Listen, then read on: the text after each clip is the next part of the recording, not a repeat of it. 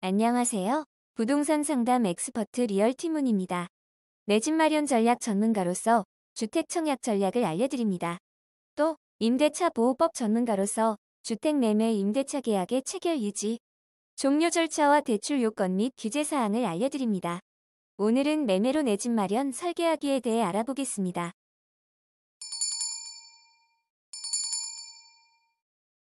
목차는요, 정보 수집, 계약하기, 등기 신청, 이사하기의 4가지 큰 부분으로 나누고 전체로는 다음 10단계인 1. 좋은 주택을 고르기 위한 체크사항 2.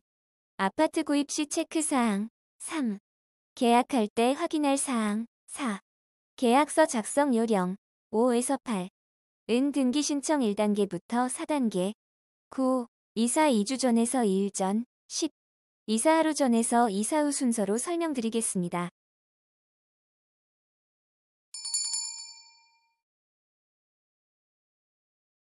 정보 수집 단계에서 목차 1. 좋은 주택을 고르기 위한 체크사항입니다. 지형을 먼저 체크해 볼게요.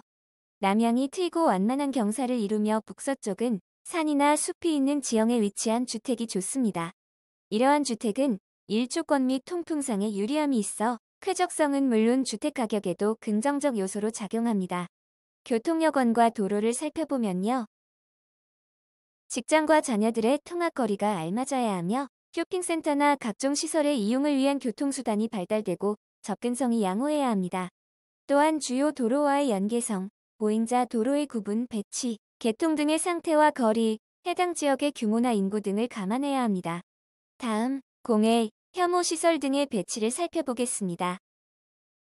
가스 저장소, 쓰레기장, 오물처리장 등의 혐오시설이나 각종 공장 등 공해시설 등 제어인이 가격 형성에 부정적 요소로 작용할지 확인하여야 합니다.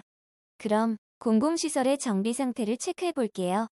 교육 및 의료시설, 기타 문화시설, 스포츠센터, 백화점 등의 시설 등이 주택 주변으로 어느 정도 정비되어 있는지를 파악해야 합니다. 목차 2. 아파트 구입 시 체크사항입니다. 먼저 위치 및 교통환경입니다.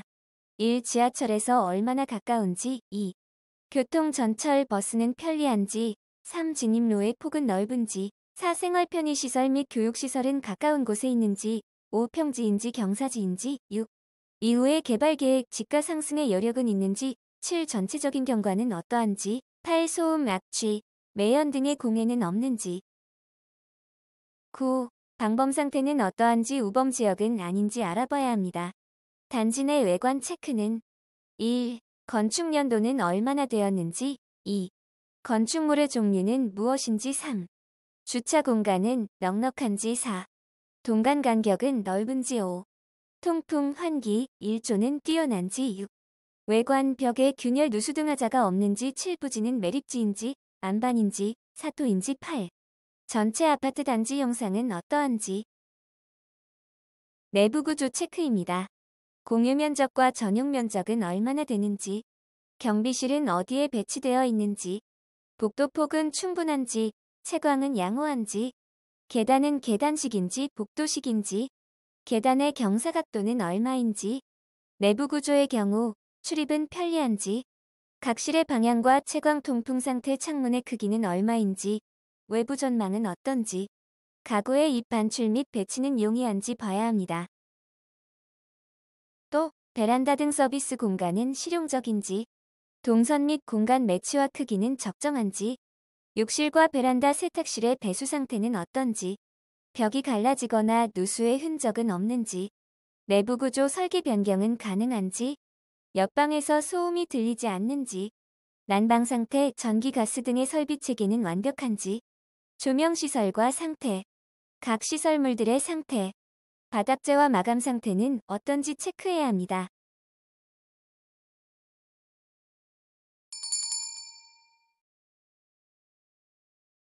계약하기 단계를 설명드릴게요. 목차 3. 계약할 때 확인할 사항입니다. 우선 등기사항 전 무증명서를 확인하여 근저당, 가압류 등이 설정되어 있는지 확인해야 합니다. 건축물관리대장, 도시계획 확인원 등 공부를 열람해야 하는데 단독주택을 살 때에는 건축물관리대장과 도시계획 확인원을 열람하고 도시의 지역은 건축물관리대장과 토지이용계획 확인원 등도 열람해야 합니다. 단독주택 중에는 토지대장에는 등기되어 있어도 무허가 건물들이 종종 있기 때문입니다. 또한 도시계획 확인원을 통해 주택이 철거 대상이 아닌지, 토지나 주택이 도로에 저촉되지 않는지도 살펴봐야 합니다. 계약을 체결하기 전에 반드시 현장에 나가서 토지의 위치, 지목, 면적 및 인접 토지와의 경계, 용도, 방향, 도로 접근 및 교통관계, 주변 환경 상태를 살펴봐야 합니다. 또한 건물의 구조, 면적, 용도, 일조, 누수 여부, 수도 및 보일러, 하수구, 전등 콘센트 등도 확인해야 합니다.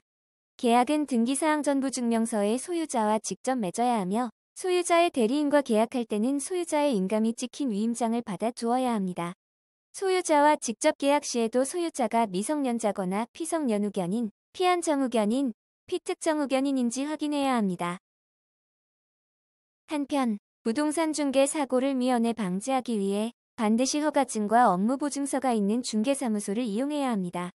허가증의 허가번호와 대표자 성명 등을 구청에 전화로 확인하면 안전한 중개사무소인지 알 수 있습니다.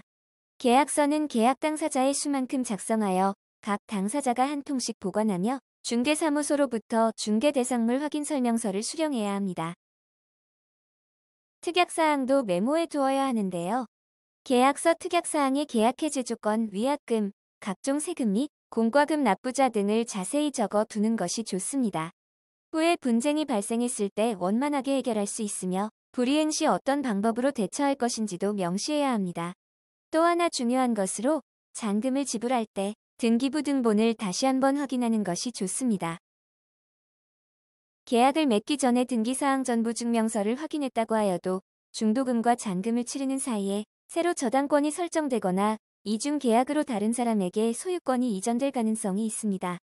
이를 봉쇄하려면 계약서를 작성할 때 계약 후 저당권 등이 설정되었을 때는 해약하거나 위약금으로 얼마를 배상한다는 등의 특약사항을 명시해서 공증을 받아두도록 합니다.